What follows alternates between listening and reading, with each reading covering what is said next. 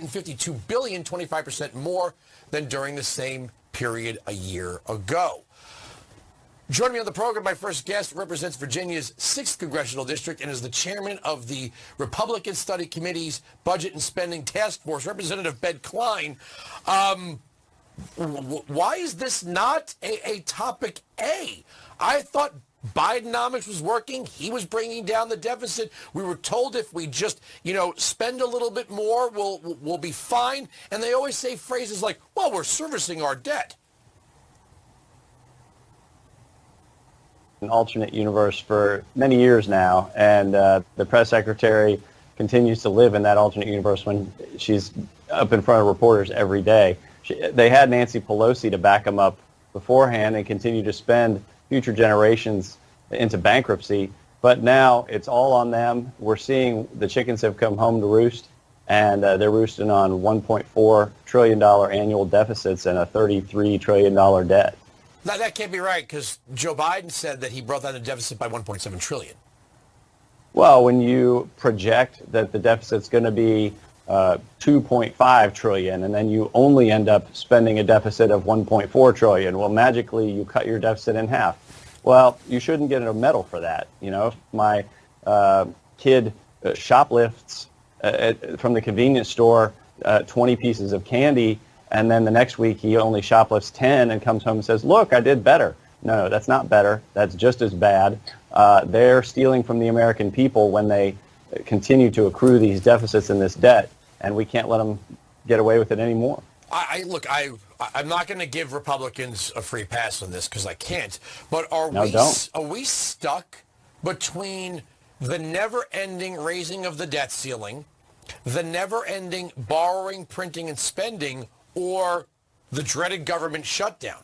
Because it seems like all of the forces are pushing in one direction, and that's raise the debt ceiling, spend more. Even if we have trillion or more dollar deficits, we use the phrase unsustainable. We've been using it for a long time, but at some point it's not going to be, which network or which host or which politician is talking. Mathematically, we're not going to be able to raise the debt ceiling, and mathematically, we're not going to be able to sustain trillion-dollar deficits.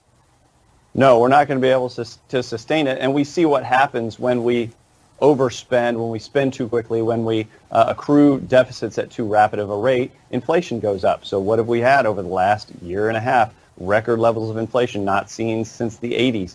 And it really affects everything. It affects your house price, your gas prices, the grocery store. It affects everything. And we're still suffering the hangover. Just because inflation's going down doesn't mean it's still not high.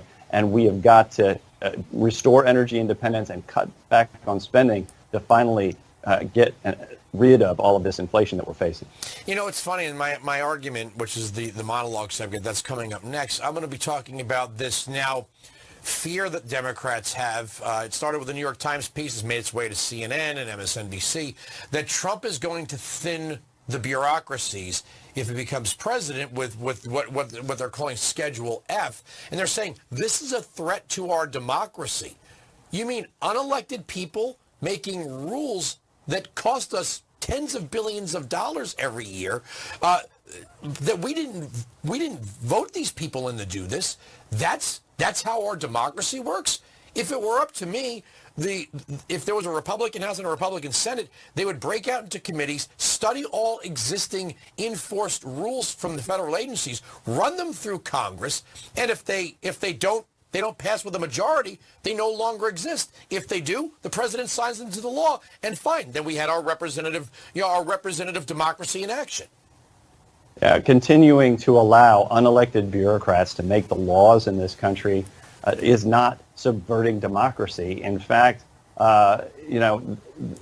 getting rid of those bureaucrats would actually help democracy, help restore democracy by restoring power to the Congress, to Article 1 powers to the people who elect their members of Congress. So we've got to get rid of these bureaucrats, not just keep them here in D.C. and protect them as the Democrats want to do.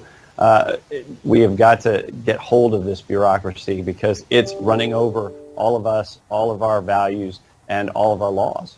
Real quick before I wrap up, where do you think this January 6th indictment is going to go?